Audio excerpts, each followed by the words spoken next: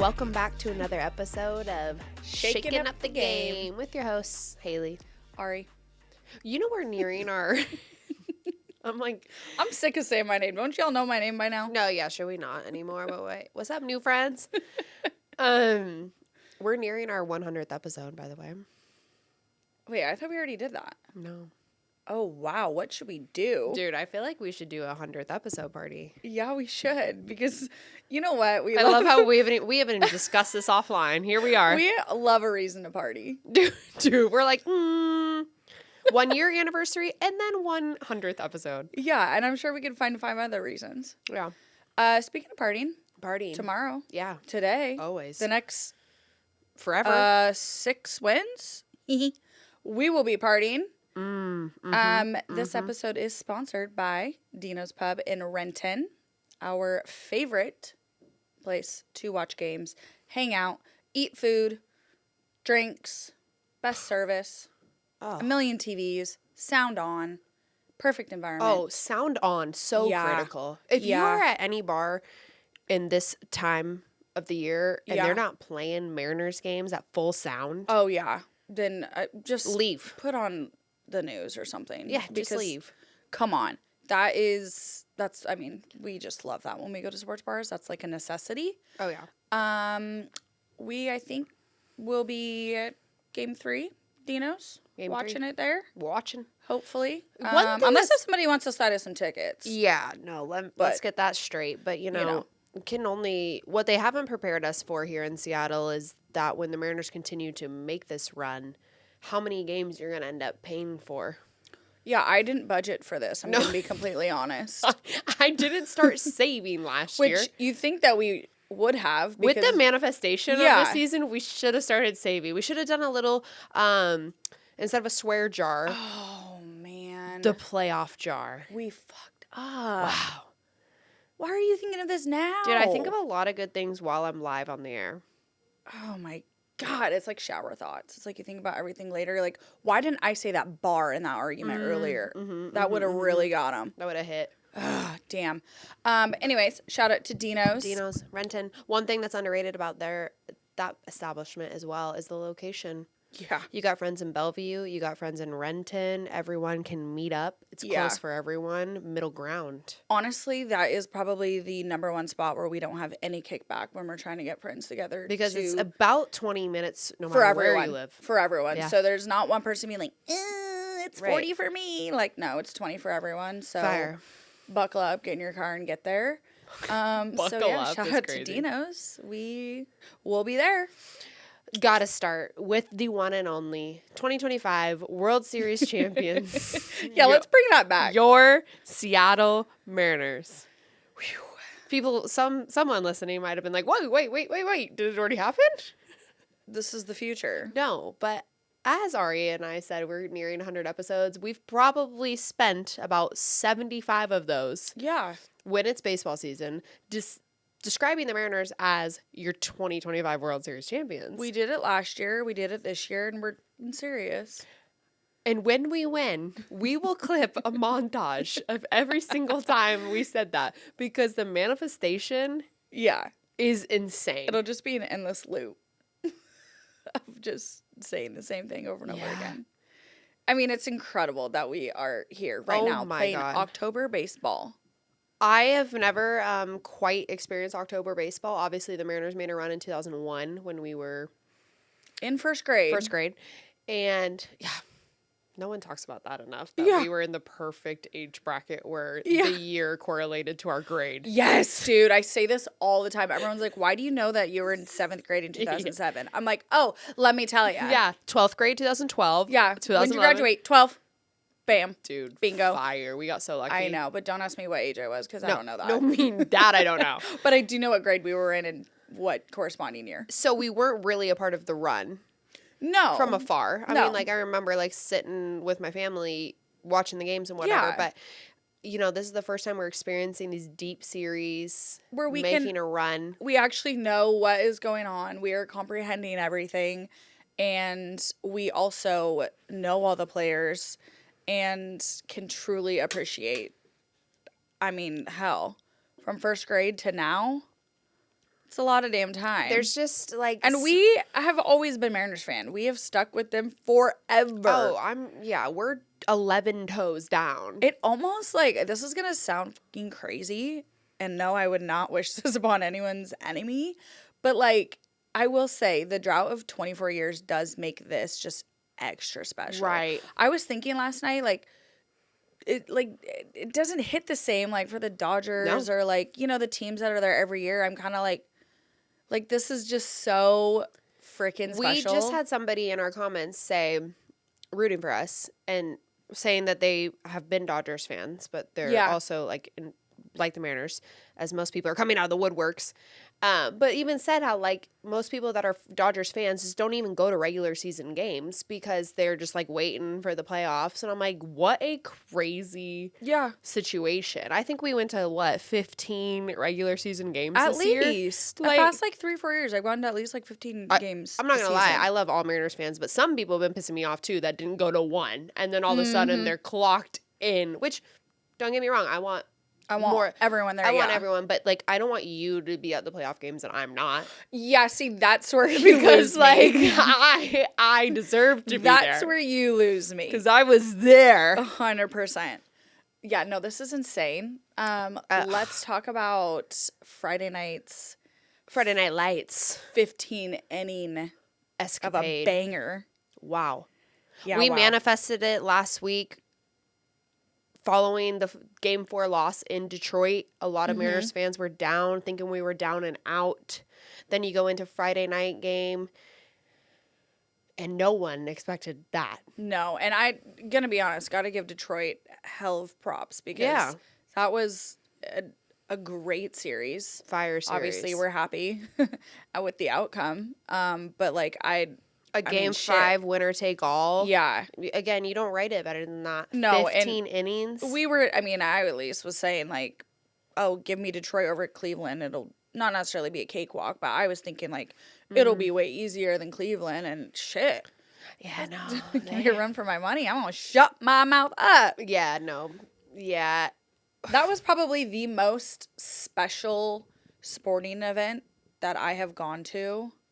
Probably since, like, Seahawks winning era. Yeah, but still, the stakes of whatever game you were at for the Seahawks was not the stake. Well, I'm thinking, like, playout, like, 49ers, like that. Sure. Back then. Pleasure to... Like, when we were going to playoffs, wild card, those. Sure. But I'm thinking... But a Game 5, historically, that was the longest Game 5, or, like, winner-take-all game in playoff history. Yeah. Leave it to the Mariners. Yeah, we're good at that. Another record, another drought, you know. Look at us go. Mariners did play an 18-inning game when they made the playoffs in 2022 against the Houston Astros, lost that game, but it wasn't a winner-take-all. So to clarify that, this was a literally win or you go home. And both teams were like, it ain't me. Well, it ain't me either. We were playing chess. Yeah. Yeah.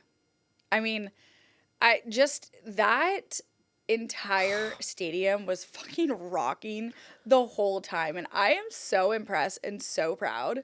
And shout out to the media team for every single graphic up there that kept everyone going and in the game. I mean, obviously, no more beer after 7th inning. No, we were dead sober. Yeah, you walk out of there dead sober. You're getting thirsty. You're getting a little... ornery. Yeah, and we were on our feet pretty much the whole time. It can be really tiring, but like no one gave up. No one walked out of there. I have never been more proud to be a Seattle Mariners fan than I was on that Friday night game. Oh my God, just seeing, even looking back, and I have goosebumps, looking back and seeing all of just like almost every single seat filled. It was just like, and like, we're here. To then, after the game here, everyone from Dan Wilson to the players be actually impressed about how the fans could keep that energy for 15 innings. Like, everyone was calling it out. Like, it kept the players going. Yeah. Phenomenal work. Yeah. Claps to everyone. I know. Even if you were at home, I'm sure they freaking heard you too. Oh my God, yeah. I mean, oh my God, it was so loud. We were louder than the Seahawks game. Yeah, there was seismic activity. The ground was shaking at T-Mobile Park, which, like, is a little fearful. I'm like, I don't love that, like, the stadium is shaking. So just like for my own life, I don't need no catastrophes here. We have the Beastquake. Now what's like the Polo quake? Like what? Oh, the Polo quake. Yeah. What was the decibel for the Beastquake? I don't remember. One. Oh, because like the Mariners, yeah, but they didn't show what the decibels were at the like time of. No, but I mean, when off. we were, I mean, I have videos of it on the screen. It was showing it, you know, while we were there. Yeah, yeah. We got up to 110. 110 without the walk-off. Yeah. Yeah. So what I'm saying is crazy. Yeah, I could not imagine being like just a casual Seattle resident and having no clue what the hell is going on with the baseball team. And I will say though, people are coming out of the woodworks with that haven't been Mariners fans or just like don't know baseball. I get texts like, "Haley, I'm putting on the one thing I have," and I'm like, "Nice, nice." Forgive us, but we weren't aware of what game was going on at Lumen that night. Remember? Oh, forgive us. And I think it was the rain. It was Seattle rain. But like, all of a sudden, it's like the 13th inning, and we see the fireworks go off, and we're like. Another Seahawks, first down. We're like, what is going on? Like, it was literally, you were watching fireworks while we're also like fighting for our lives. Like, literally. Who's partying over there? Aren't you tapped in? Oh my God. Nothing like it. And I will be forever grateful if we were there. Oh, I'm so glad that we were Pleasure there. to witness that with you. Same. Honestly, won't forget it. We should tattoo that on us. Oh, yeah. Tattoo what? The date of the game. Date? I'm down. We're going to walk out of the season just like it up with like the trident, the Seattle logo, we're getting the date. The Seattle logo on. I might get Matilda tatted on me. Fuck it. Shout out to Munoz cat. Hates cats but loves Munoz cat. Fuck it. We ball. Just to get a polo. I'm also going to get Dumper. I'll just get a little peach. It'll be subliminal and cute. Right? Oh my God, I have so many Mariners tattoos ideas. It's insane. We're going to have a whole sleeve by the Mariners. No. An ass sleeve. The Mariners then won that game. However, not an ideal situation because they had to then fly to Toronto, which is on the other side of the country. Again, we ain't no geography. Oh, God. See, we don't even know how to say it. I don't know how to even say it. We're not map people. We're not really good at geography, okay? But we do know that Toronto is on the other side of the country. Yes, that's not across the border. It's not Vancouver. No, which the Mariners, I did embarrassingly learn that like 5 years ago. Okay, well, someone just learned it yesterday, so good. All right, it's okay. The Mariners did experience a couple flight delays, even getting into Toronto the next day, so Saturday, which again not talked about. We go into the first game in Toronto with just using 3 starting pitchers of our 5-man rotation. Our entire bullpen almost that Friday night. Like, we flew to Toronto just, like, bruised and battered. Like, okay, we're ready for game 1. Let's go. Vibes were high. But they thought we were down. No they rest, thought no we were care. Out. Like that. That was my Instagram. Hell yeah. No rest, don't care. Yeah. I mean... Don't care. I think they were still just absolutely high off adrenaline. Which is good because the problem with Toronto is they beat the Yankees, eliminated the Yankees, and then essentially had 3 days, I think, off. Yeah. And were chilling. Their city was throwing them like parades for beating the Yankees, inflating their heads. Then everyone in Toronto, including all the bummy announcers that work Fox, were like, yep. Oh, yeah. You know, after the 15-inning game, they don't got pitching. They're tired. This is an exhausted, depleting Seattle Mariners team. There's no way they win game 1. There's just absolutely no way. There's no way. Yeah, there is. Yeah, there is, and we did it. If there's a will, there's a way. Everyone besides Alex Rodriguez picked the Mariners to lose that game. Okay, yeah. So, Alex Rodriguez also chose that we would, or say that we would win game 1, game 2, and also the series. He's been picking the Mariners quite a bit lately. I think he's like, hey, Seattle, quit hating me. I'm sorry I left. Let's move on. I got your back because none of these shitheads do. So I think so. I think what we're witnessing with Alex Rodriguez is a man getting older. Yeah. A man, frontal lobe is developed. No, I will say his big age. His post MLB career, like, Totally. everything, I think, has completely turned around. I think there's a lot that you like now. Yes, he went to the Yankees. That was a huge controversy that didn't go over well with Seattle Mariners fans. Looking back now, he probably appreciates the time he had in Seattle he still holds records in Seattle. Yeah, more than he ever has. Where now he's got this hindsight view on life and has witnessed everything for what it is. And so thank God, because he's pretty much the only one that's got our back in all of the broadcast booths. I could have lived without, though, his comment, because he was like, I have to go with my heart. Oh, but he was but not my head. So like realistically, he didn't think we were gonna win. No, he didn't think. That was as close as we were getting. Which I'm like, you could have just. I'm gonna go with my heart. Mariners, just done. Just done. Done. Just done. Just talking too much. You're talking too much.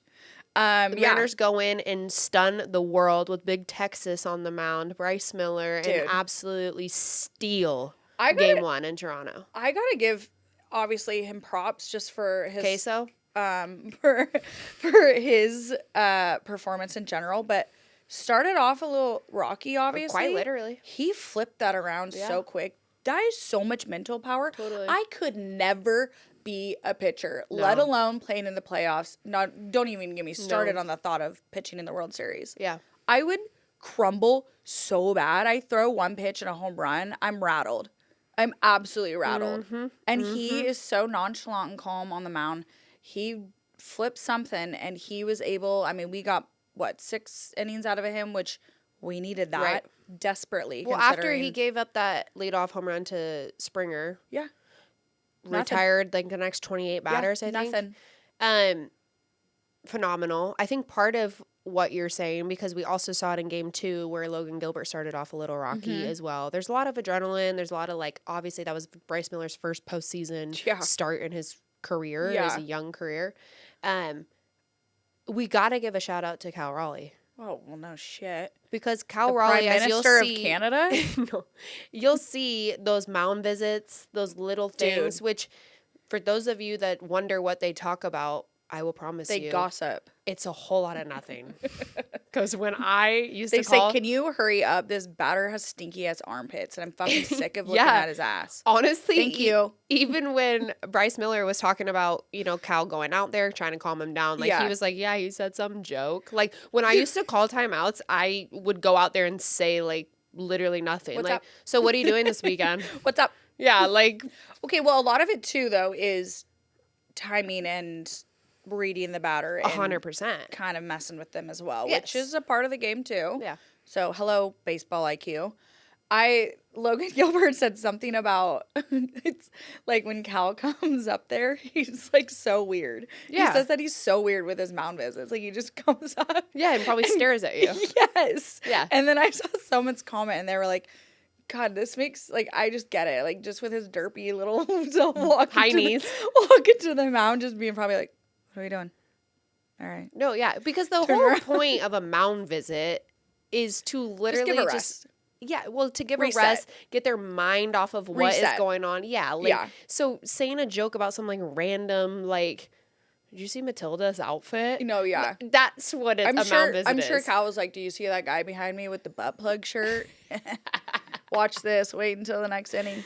Right, random shit. So shout out to Cal Raleigh, who's just absolutely calling phenomenal games, managing the bullpen phenomenally, giving his guys confidence every time that they're on the mound. Yeah, it is sorry, but I've never really truly I don't want to say appreciated, but just really maybe under or grasped how massive of a part of a team the catcher plays in the sense of managing the bullpen and the defense, having insane just control at the plate.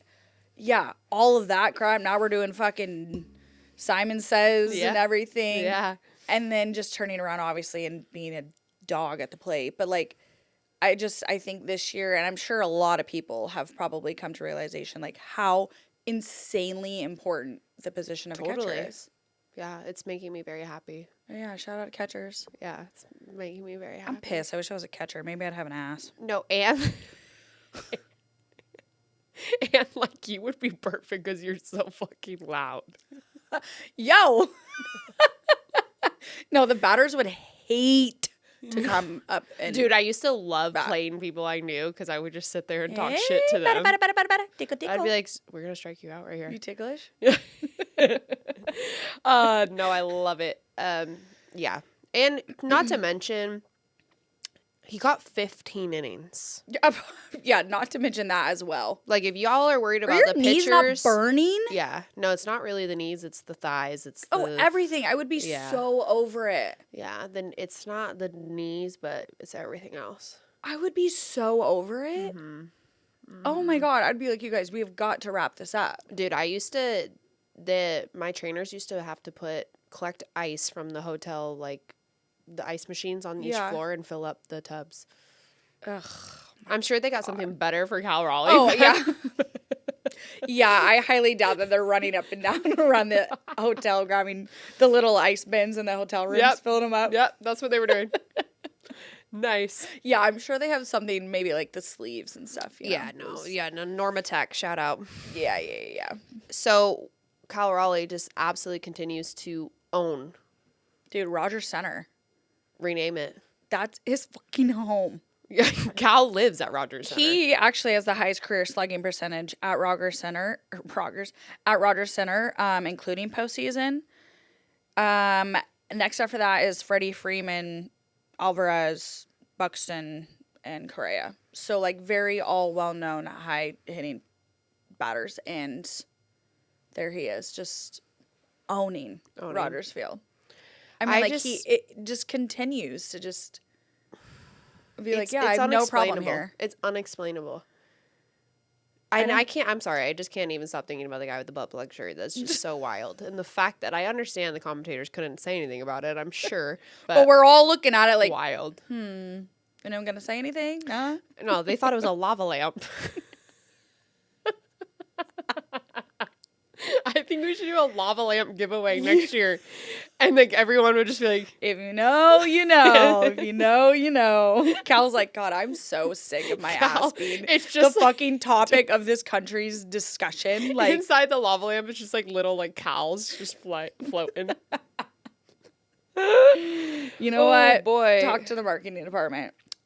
Let's get into... Josh Naylor, who just had a homecoming in Toronto. If you don't know, Josh Naylor is from a small town about 30 minutes away from Rogers Center. So grew up playing at that field, in select ball, all the things. Grew up a Blue Jays fan. Grew up a Blue Jays fan. Said he idolized like a lot of the Blue Jays players. Obviously, it's his hometown team. Had a huge showing of friends and family at those 2 games. And he did say that he was thinking that they got to make the trip to Seattle because they obviously seemed like good luck. So hopefully they're on the flight as well. I hope so as well. No issues at customs. No. You know what I mean? Come on. Yeah. They get a free pass. He was an absolute dog. You can tell he's got that daddy strength. Josh. He just looks like he is having fun. I mean, it's so refreshing to have a first baseman that you can just trust. Yeah. That in itself right there. Yeah. And then, obviously, what he's doing at the plate is putting crazy. together solid at-bats. Yeah, like he's seeing a lot of pitches. He's fouling balls off. Even when he's getting out, they're hard-hit balls. Oh, my God, yeah. A lot of them are just unlucky, but he was going through some pain, what looked like. I think, like, once they did hit that game, too, their adrenaline has worn off a little bit. For sure. And that travel and everything did start settling in and playing, like, such hard games. Yeah. So he was experiencing some, to the point where the trainer had to go check on him at home plate. And then it was, like, 2 pitches later, and he just yacked a home run to right field. I'm sure that after this season, we're going to hear that he has, like, 3 cracked ribs and, like, a broken something. But he's just like, fuck it. Yeah. We ball. No, respect. Eyeball. Same with Cal. He even had a little issue at the plate at one point. Scared me. Oh, no, yeah. At the plate and when he made that throw to first. Yes. He fell and in the field. The worst is when the announcer's like, oh, no. And you're like, ah. But Cal. But he's just like, nah, fuck next it, we ball. pitch, Cal sprints to a foul ball down for. I'm like, that's my MVP. Like, I don't give a fuck. That's the MVP. Facts. No, literally. You know what I mean? Also, like we've said before, Naylor's base running. Dog. Stealing bases. He's like 21 for 21 since being with Seattle. for stolen And bases. he's one of the slowest guys in the MLB. I think he's like the second to last slowest. I know. I told you this. He's behind Salvador Perez, which is crazy. Yeah. And I think Kirk's down there too. It's just the baseball IQ, as we've said it. Yeah. I mean, Ari and I have been telling you guys this. Yeah. It's just time for you to tune in. He knows when to run. Oh, and he knows when to run. Yeah. It's really cool. He was doing a press conference as they made their way back to Seattle, and he has been giving such high praise to everyone in Seattle and how cool it is to play in front of diehard fans. Yeah, that he just said that we're ride or die. Ride or die. Josh Naylor, you better sign him. I swear to God, if they let him walk, I can't say what I will do. Yeah. But I am going to be one unhappy camper, and I know the rest of the city of Seattle will be as well. We want him paid. Paid. Like today. Check right now. Right now.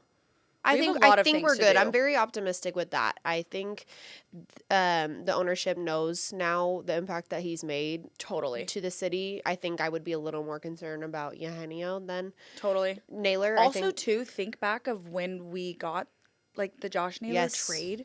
We got him for a bag of potato chips. Got him for nothing. Like that's what I keep thinking. Mm-hmm. Like, and remember when we got him, we were like, oh yeah, we also got Josh Naylor. Yeah. But we got Gino. No. Like, obviously, we had an emotional attachment to Gino. Totally. Him coming back and it being a reunion, like, obviously. But Josh Naylor, man, has absolutely proved himself, and he has to be a Mariner. Has to. Forever and always.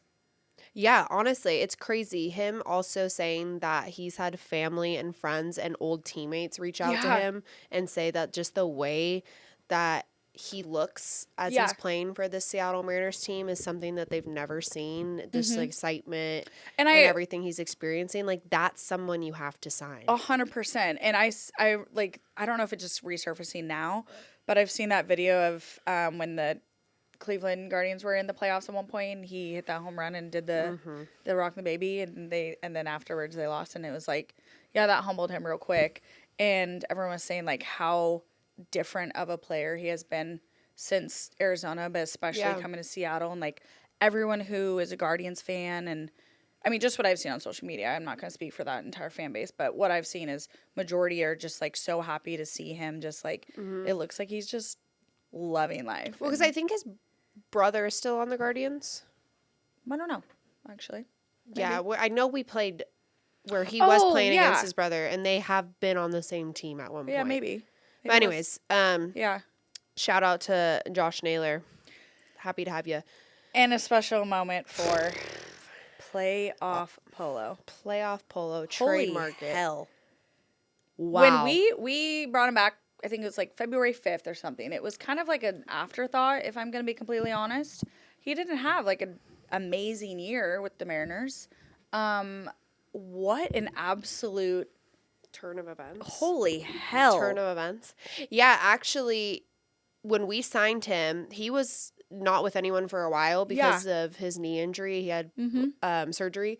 He had to have his doctor. His doctor had to start writing notes to teams to be like, his recovery, he's recovering very well. Yeah, he can play, like kind of like vouching for him. And obviously that worked with the Mariners. They signed him for pretty much nothing. And I think it's like 7.5 or something. Which, like, for me would change my life. But well, yeah. In the grand scheme of things, not a lot for what he's now producing for you. Hell. And wow. Build the statue, elect him as mayor, give him the keys to the city. Holy shit. Yeah. Yeah. I mean, he's literally been the hero. I mean, it's hard because it's like, well, shit, so has Naylor. Julio's been great. Cal, obviously. Yeah. We have so many guys right now that are, Mitch Garver, fuck it. Mitch Garver. Mitch Garver is tied for most playoff triples in Mariners history with one. That's hysterical. Yeah. I mean, he's up there. Sorry, if Mitch Garver's hitting triples. No, I just about dropped out of my seat when that happened. But I think one thing that's also not getting talked about a lot with Jorge Polanco is the fact that he's a switch hitter. Mm-hmm. I think people are just accidentally glazing over that fact. Most likely. Because in baseball, there's a lot of this, as we've seen, especially in the playoffs when all eyes are watching, but there's a lot of emphasis on statistics, matchups. Yeah. You'll see left-handed pitchers go in to face right-handed batter in this game, right? This game of like chess. We played that Friday night game. That hi, game 5. Leo Rivas. That was hysterical. But it doesn't matter with Polanco, obviously. Same with Cal Raleigh. That's such a flex. I'm sorry. It's just so amazing because we have seen him with Detroit. He hit 2 home runs off of Tarek Skubal, right-handed. Does the walk-off Friday night left-handed. Hits a home run in Detroit or in Toronto left-handed. But then has the game-tying double in Toronto right-handed. Yeah. I mean, that right-handed double down the left field line was the highest velocity hit off of his bat in his entire career. That's so at like crazy. 104 miles an hour or something. He's just seeing the ball well. I think why he's so successful is he's very short to the ball, which is why there's a lot of players that struggle with that. Like when you're looking at like Eugenio swing, he's way longer. And Polo is just see ball, hit ball. I mean, yeah, shorter distance, you can get way more contact and power. Compact. Yeah, exactly. It's so fucking fun to watch him. And I think it's kind of like one of those just unsung heroes. And to see him be so clutch. I mean, he's the most clutch baseball hitter right now. And it's like, hell yeah. It's amazing, honestly. Tying Edgar Martinez. Dude. For crazy. Back-to-back ribbies in the postseason. Yep, game-winning ribbies. Game-winning. Edgar Martinez was the only other Mariner to ever do that in 1995 in the ALDS against the Yankees. And now we got Polo. Add that to the next chapter of the Storybook season, please and thank you. Please and thank you. Marco. Also, can we talk about how we're getting the Trident over the... Yeah. No one's... someone thought we didn't travel with it, and let me tell you, we travel with it. And I had to look this up because I was like... The other thing is other teams, obviously, since the Trident became a thing, like other teams like try to like copy our swag and like come up with some other little things. Listen, I ain't gonna talk shit, but I'm gonna talk shit about that Blue Jays jacket. That is the most embarrassing. Is that ugly ass, Goodwill ass looking thing? But like someone bedazzled that in their garage. Bedazzled. It looked like it was from Limited too. 100%. I swear I saw a fan. Yes. And I was like, you gotta be so for real. No, so embarrassing. The Mariners do find a way to get that Trident. Yeah, wherever they go. They disassemble it into 4 pieces and pack it into a hard shell back case for international travel. It's treated as special equipment and transported in the team's checked luggage on their charter flight, not a carry-on. Okay, this is my favorite part of this. They found an old-school trombone-style back case, which was once owned by former Mariner Robinson Cano to protect the disassembled Trident. I know. What was Cano using that for? I don't know. Did he have a trombone? I don't remember that. I don't recall him ever playing the trombone. We're familiar with him. Yeah. I was going to say, I've been to his house. I don't remember a trombone. Yeah, I don't ever. And if so, I'm bummed we missed a trombone show. The hell? I will say, he did say I'm top 3 funnest people he's ever met. And I'm kind of bummed because I could have been like, you're the top 3 best trombone players I've ever met. Yeah. But I didn't know. Yeah. I didn't know.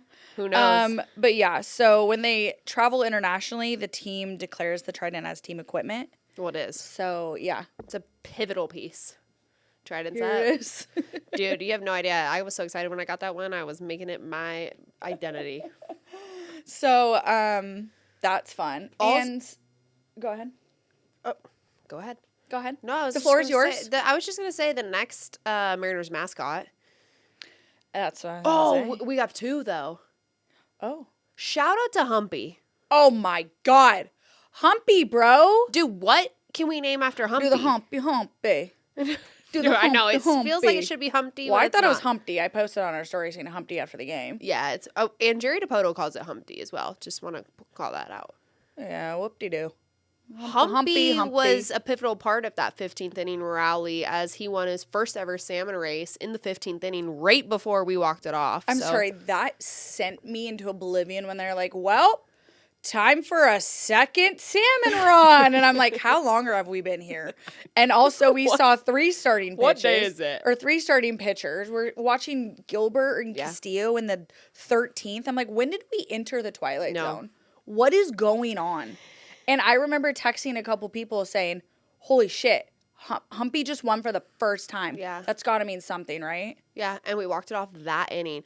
Humpy has since then been in the streets celebrating. He's been at every Seattle watch party. He was at the Kraken game. Raising the flag. Waving the flag with Bowie. It was so cute. He is the mascot. Even Jerry Dipoto, our owner, was like, or our manager was like, can he come to Toronto? Yeah, like, no, if he showed up in the dugout, no, I would picture him sitting on the plane. In full suit. Yes. Anyway, it's like the life vest and the everything the around noodle. him. Yes, it just cracks me up. But shout out to Humpy. Yeah, that's amazing. Love that. I mean, how many mascots do we have this year? Well, this second one is obviously Matilda. Dude, okay, also, so this is Munoz's cat, for those who don't know. Munoz. Can we talk about why he has the same facial expression as Josh Naylor? Well, that... Dude, I would think she's a she, right, Matilda? Yeah. Yeah. Yeah. She, like, travels, too. Oh, yeah, no, she goes to the away games. Yeah. And, like, that video that they posted of him saying, they said something like, something about asking, does Matilda ever see you pitch or something like that? And he goes, we leave the game on when we leave the apartment so she can watch. And I was like, stop it right now. Yeah. I'm like, well, that's fair. My dog watches every game that I'm at, too. Oh, I know. This damn cat. No, I love her. So shout out to Matilda. Lot of Mariners mascots and things that we're riding on. I've seen some guy on TikTok eating dirt from the field every game, so keep that up. Oh, we met that guy. No, that was a different guy. Oh, okay. That was the guy. He had dirt from the 1995 game. Yeah. Oh, fire. Which is insane. That was so super elite. cool. So elite. Yeah, so everyone doing their superstitious things, keep it up because we've got a couple more wins to go to the show. And I just have to finish this segment with there is something about the fact that the Mariners are most likely, hopefully, probably, I really hope, going to the 2025 World Series when we have shaken up the game. It's insane. There's something about this, Ari. No, 100%. Sorry, guys, for taking credit. That's insane. You know what? Never mind. Polo. Statue. No. Us. We get the statue. No, because what is crazy is if we started shaking up the game after, they would have been like, oh, whoa. No, bandwagons. Yeah. Oh, yeah, I know. Yeah. That's so true. And you can even go back, check tapes. We were saying this shit last year in 2024 when we started, and we were 10 toes down towards the end of the season. We're like, we're ready for next year. Let's go all this year. I can't even process what my life will be like when the Seattle Mariners make the World Series. I cannot believe how much I've cried over baseball. I've been so emotional. I will continue to. I've been so emotional. Let's get into the other winning team of the week because this was a great week to be a Seattle sports fan. Dude, what a weekend. What a weekend. To recap, you had Mariners winning the ALDS in Seattle. You had Seahawks beating the Jacksonville Jaguars on the road. You had the Kraken winning at home for their first game. You had the Seattle Sounders winning, who also shout out. Did the Mariners listen? They listened to Ari and I's take that you should be doing the Mariners victory dance, and they did. Mm-hmm. So shout out. Also, a Husky win. Yeah. And you know what? The Cougs covered the spread against Ole Miss. We were supposed to be losers by 33 points, so I'm going to take that as a win. That is... Because we had no business even being in that game the whole time. No, but shout out to Seattle sports, because what? Dude, has that ever happened? I don't know. It can't. It must not. But that was... I mean, I went to sleep Sunday night like, life is grand. Life is peaceful. Mm-hmm. Absolutely nobody can fuck with me. Seattle Seahawks traveled to Jacksonville, which is in Duval County. Duval County, which we learned. Which, you know what? We even suggested that, and people were still like, it's the county. I'm like, yeah, I know. We literally said, is it the county? I was on to something. Thank you. Okay, name the Seahawks. What county what they county play in. You were in. Name the capital of Washington. Dare you? Ooh, you won't. Because it ain't Seattle. And it ain't Tacoma. And it ain't Spokane. The Seahawks take the win in Jacksonville 20-12. after the Jacksonville Jaguars beat the Chiefs, and we're trying to go 5-1 for the first time since 1999, and that quickly was. Dude, this season's so bizarre. The whole year is, but that's a big win. Huge, massive. Yeah. How's Trevor Lawrence doing? Last time I checked, he was on the ground a lot. Yeah, no, just a lot. He lived on the ground. How many sacks did we have? 7 sacks.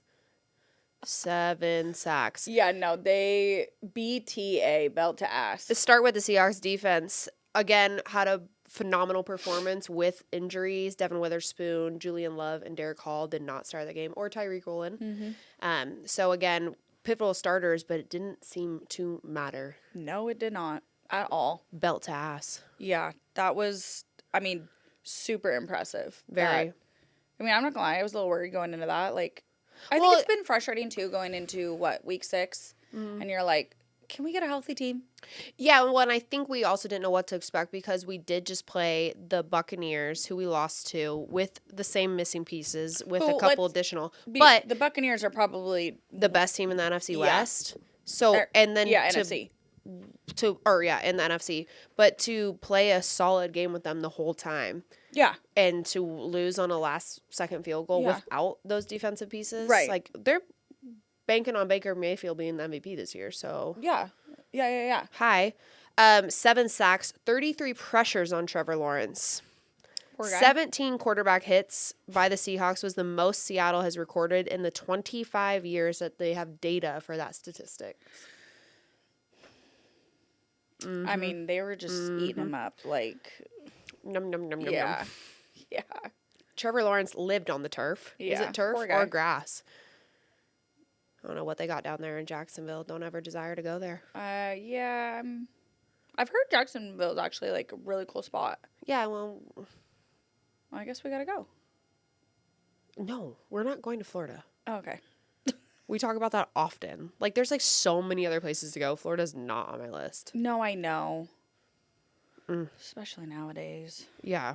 Wow. Yeet. The Seahawks have not allowed an opposing running back to average more than 3.4 yards per carry this season, which we were worried about going into that game. Yeah, because the week before we were back to Swiss cheese. Mm-hmm. Which every week it's like, what type of cheese are we going to be this week? Yeah. We should ask Bryce Miller. Dude, He's a cheese guy. Yeah. Queso for you. He called all the guys on the MLB network broadcast feta. Yeah. Trifeta. Trifeta. That guy's No, hilarious. but Jaguars have a solid running back, so we were a little worried about that. Yeah. Selfishly, I did need a little more just for my fantasy purposes, but like obviously with a win, Seahawks win. Mm-hmm, obviously. But it's okay.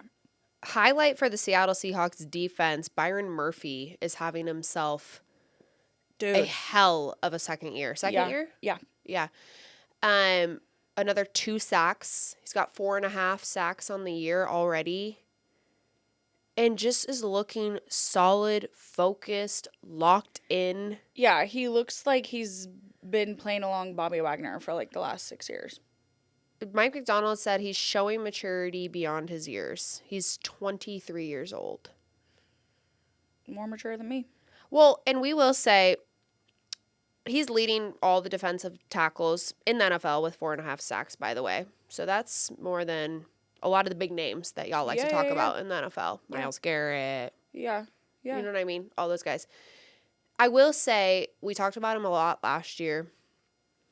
And so I like hearing this from Mike McDonald because that was our concern with him last year. Seemed maybe a little immature, had a lot of off-field drama. Yeah. That seemed to maybe affect what was going on His the performance field. last year, yeah. And now he's locked in. I don't know. Mike McDonald, dude. I'm telling you. He's real.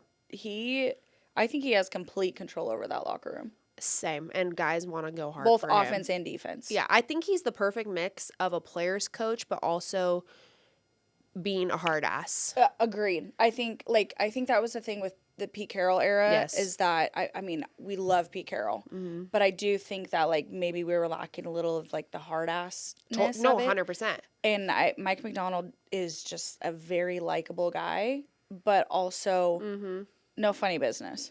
I think the Pete Carroll style of coaching, like the player coach chill style, worked when you had a team like we The did in Legion of Boom. 2003. Yes, Yeah. like the Legion of Boom, where they were all Yeah. so like cohesive And they- in their own way together that they didn't require much. Yeah. But then now you're in this transition for the Seahawks. You have a Right. young team again. You need a coach to be a little more Yeah. belt to ass. Yeah, Like, and I mean, we are a younger team as well. Yeah. And so, like, I think by having a younger coach that can, you know, relate to the players and be a more, totally. I don't know, welcoming and more Mm-hmm. approachable kind of vibe, but also being like, no, we're not fucking playing games. We're here to work and we're gonna win. And I love Mike McDonald. Love him. Absolutely love him. Yeah, I am so thrilled at this turnaround. No, me too. I was 10 out happy. of 10, I no was happy notes. about him last year. Just needed to give him a little bit of time. Yeah. We also have a fully healthy Amonri safety. Yeah, about time. 9 tackles. And it just seemed from a defensive plan that Mike McDonald was able to use him better than he has this season yet. Yeah. So everything is kind of starting to Fall align. in place. Obviously, with full strength of health of our defense would help Yes. execute kind of like these game plans that they're expecting. But Mm-hmm.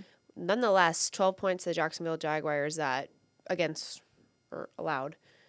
And also critical stops in the fourth quarter. Yeah. When Jacksonville was trying to make a run Yes. back and forced like 3 punts in that fourth quarter. Yes, which typically Is not where we shine. No, because we're gassed because we're on the field the whole damn time. Yeah, So yeah. I think I was going to say the fourth quarter defensive performance was a beaut to see. totally, Because totally. it's kind of where you get a little, I don't know.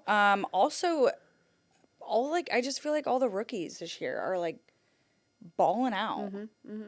But I think that goes to coaching. Totally. Yeah. I mean, yeah, 100%. You know, moving to the Seahawks offense continues to put on clinics wherever we go, especially on the road. 0 turnovers committed by the Seahawks, making them the first team this season to play a turnover-free game against the Jaguars, who had an NFL leading 14 takeaways. Not against us. Yeah, that's not that it was weird watching, but it was just very like, oh, this is nice. The whole time I was like, how'd you guys beat the Chiefs? Yeah, I'm telling you, this season's bizarre. Shout out to the offensive line for a second week in a row, because I'm going to get used to saying that. 1 sack allowed this week. Sam Darnold has been sacked 1 or fewer times 4 times this year already. Beautiful.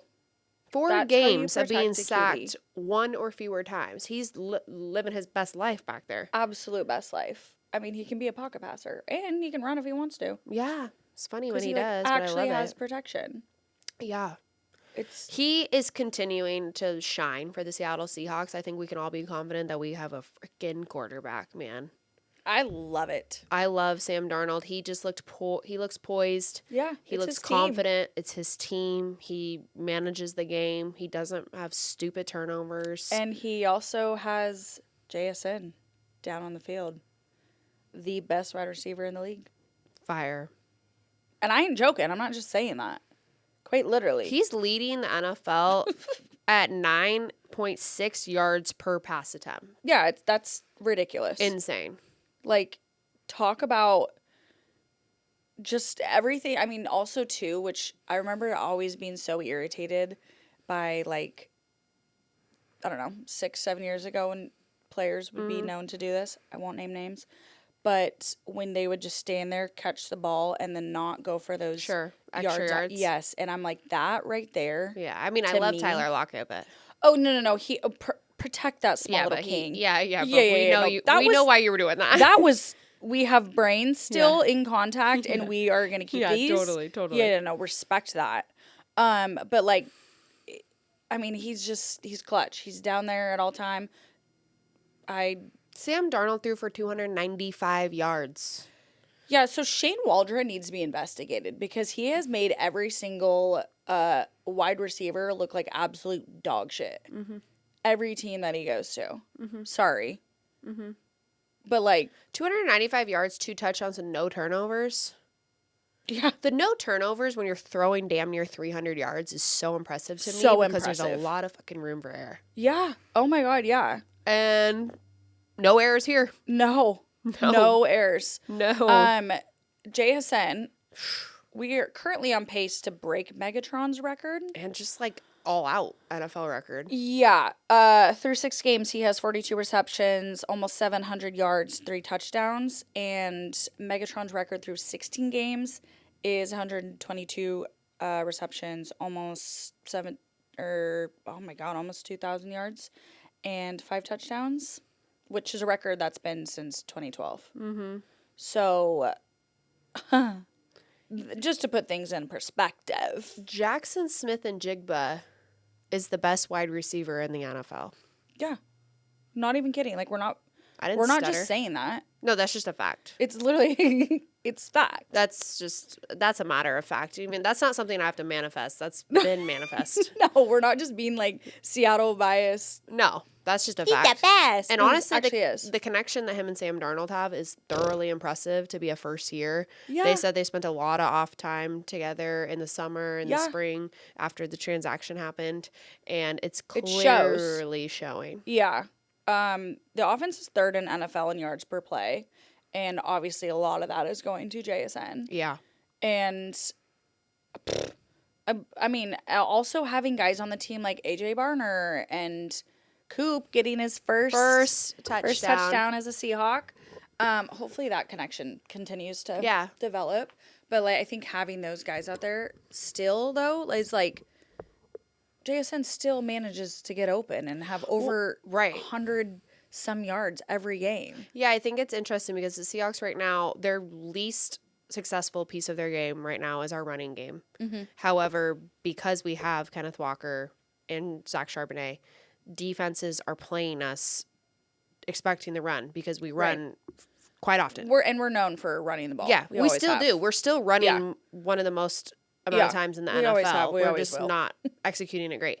But because defenses are planning for that, then it opens up your receivers and it opens up Cooper Kupp. It opens up JSN and then your tight ends, AJ Barner, who everyone is just forgetting to cover, I guess, again. And he's bombing down the field for like 44-yard catches. Yeah, I'm obsessed with him. No, love him. Yeah, and the celebration, keep it up. No, love this. Absolutely love it. Yeah, what's next? Monday Night Football? That's scary. Oh, God.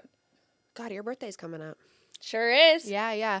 One thing I also October love 25th. about Mike McDonald is if you listen to Mike McDonald talk about the Seattle Mariners, it's so cool. And I think that family aspect and coming into the city and creating that team, he says that the Mariners, the way they're playing, the resilience is what they're trying to mimic in the Seahawks locker room as well. He said it's inspiring to play. They're fun to watch. And I think he's also just looking at it being like, if they can do it, let's do it too. Yeah, and carry the vibes. Look at the city backing up the Mariners. Right. And this is what we could be. And bring that That's what I mean. Just right next door. Throw it over. Right next door. Yep. We obviously are cheering on the Seahawks just as much. Mm-hmm. And I also, you can tell when the vibe that just the grit that the Mariners have. The city vibes are. Yes, and the way that the Mariners are playing, you can tell that they want this so bad. And I think that just bleeds into the other teams. And they're like, shit, we want that too. I love that Mike McDonald called out that there was a few players that weren't. Yeah, I want names. He said there's a few players that weren't exactly cheering for the Mariners. And he's like, we're going to get that figured out. Yeah, I want names. He was like, you know who pays your bills? I know. I was like, I love him for that. Yeah, I was like. Respect you. Okay, to finish off this episode, we're going to run through a few things going on in the NFL because we are witnessing one of the strangest seasons of NFL football that no one was predicting. It's so strange. Often. Who is good? I don't know. Who's bad? I don't think they can say. I actually watched, the normal segments today of top 5 NFL teams, and quite literally, Seahawks made the list a couple times. As they should. But not for all. But that's my point also. Pretty much every analyst that's making a top 5 NFL teams right now, you're seeing different teams because it's really all over the map. Changes every week. Yeah, well, changes and the opinions on all of them because it's not like a clear cut, holy shit, these 5 teams are so good. No. And justice for the NFC, period. Yeah, big facts. Because Yeah. I mean, the AFC is looking Rams, rough. Niners all tied at 4-2. The Bucks. Yeah. The Bucks, I think they're the best team. The Cowboys, the Packers. Like, so, the Falcons lost 30-0 to the Panthers 2 weeks ago. Went on a bye week. Yeah. Come back and beat the Bills on Monday Night Football. All right. Okay. The Patriots are first in the AFC East. Yeah. Yeah. That's correct. Yeah, so that shitty New England team period didn't really last long, so they're back in action, I guess. Whoop-de-doo. The Ravens, pretty much ass with Lamar Jackson. Without. Yeah. I benched Derrick Henry in fantasy last week, which felt wrong, but it was the right decision. But, like... Harbaugh's got to go. Yeah. Because I'm sorry. I get you don't have Lamar Jackson, but you have no game plan without him. That's what I don't understand. You have Derrick Henry. Yeah, I mean, you shouldn't be, like, horrific without him. You have wide receivers. You are supposed to have a good defense. Yeah, really unsure where that went. He did a press conference, like, basically being like, I'm, like, begging Lamar to come back. I kind of think that they're almost at, like, the Seahawks rebuild time? Yeah, with Pete Carroll is kind of like, oh, he needs to we go. love you, we appreciate what you've done here, but I think it's coming to an end. We need to pivot, make some changes. They do. So, yeah, not much is going down on Baltimore. The Colts are 5-1. With Danny Dimes. With the Daniel Jones, which, who saw that happening? No. Not I, said the fly. Steelers are 4-1. With their only loss being to the Seattle Seahawks. Correct. And Aaron Rodgers looks like he did 5 years ago, so what the fuck is going on? I don't know. The Panthers beat the Cowboys. So are the Panthers good? But, like, no, they're not. Yeah. Are the Cowboys good? No. But apparently not. And I'm also having a bone to pick with a lot of these top 5 rankings because obviously Bucks are at the top of the list of most of the rankings, right? Yeah. The Seahawks played a nail biter to them. Yeah. However, then these lists of top 5 teams then follow with, like, the Chiefs. And I'm like, okay, wait. But the Chiefs lost to the Jaguars. We just beat the Jaguars. Okay, the Steelers are beating all these teams. We beat the Steelers. Yeah. But the Steelers are on the list and the Seahawks aren't. I will say, too, also, because, like, and then the Chiefs beat the Lions on Sunday Night Football. Every single week, it flip-flops. Yeah, and it's like, I will say, shout out to the Seahawks. We haven't really had any, like, what the fuck was that? Yeah. You know what I mean? No, literally. That's what I mean. That's what I mean. And where you have we play tough teams. I'm sorry, but we're like 2 bad plays away from being 6-0. We lost to the 49ers and the Buccaneers, who you guys have as an MVP candidate quarterback, and the top team in the NFC. And that's who we lost to. None of those were blowouts. We should have had the 49ers for sure. Could have had the Bucks. Like, we were 2, like, bad plays away from being 6-0. Jake Moody, speaking of, was cut after their win against the Seahawks first week of the season. And from the 49ers. Yeah, from the 49ers, and was picked up by the Chicago Bears. And the Bears play the Commanders in another primetime, Jane Daniels against Caleb Williams, whatever. He gets the game-winning field goal. Yeah. Yeah. Wasn't seeing that. But interesting because the way he talked about San Francisco too was interesting. Just was being happy to get out of there, which I understand too. Also, 49ers lost Fred Warner for the season. Not mad about that before we play them for a second time. Yeah, no, And let's be honest. Let's be really honest. I never want anyone to have injuries or No, but he's not dead. No. And besides that, if Christian McCaffrey lasts the whole season, it would be a miracle. I'm starting to think that they sacrifice Christian McCaffrey. Everyone else is getting hurt so he can have a healthy year. Well, I don't know, because that's a bad go for them without Fred Warner. I would. Oh God, yeah. Not good. I guess one last honorable mention to the New York Giants. Oh, love the The Giants. exciting whites over there. Yeah. Jackson Dart and Scattaboo. They Yeah, are hysterical. Honestly, if you're a Giants fan, it's a fun team to watch right now, and you're happy about that. Shout out to Russell Wilson getting booed. Oh, man, that's Yikes. tough luck. And, like, Again the and way again. Jackson Dart and, like, Jameis Winston are together, and then, like, Russ is just, like, the awkward uncle on the Yeah. side. It's like, we gotta go. Yeah, wrap it up. We gotta go. Wrap It's it not up. it. I know Let's do Sierra wanted some- to be in New York, but, like... You can still be in New York. Like, let's Yeah. do some, like, Yeah, go to the Jets. charity foundation things and stuff. Yeah, go to the Jets. They're, what, 0-5? Dude. Yeah. Oh, my God, he can go back with Justin I Fields. was going to say, go ruin Justin Aw. Fields' day again.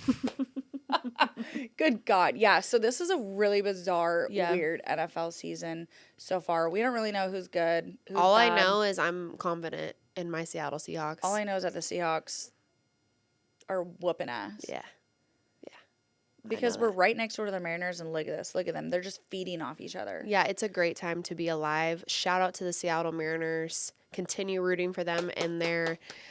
Come to Dino's. Yeah. If you are not going to any games, come to Dino's.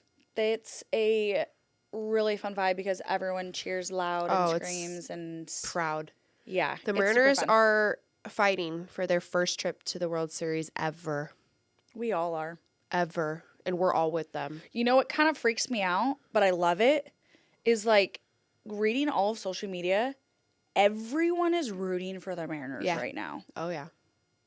Never in our lives have we ever experienced this. Yeah. Welcome, though. The Blue Jays lose. The Blue Jays lose. The Blue Jays lose. Let's hope we keep it up. Coming home with a 2-0 lead.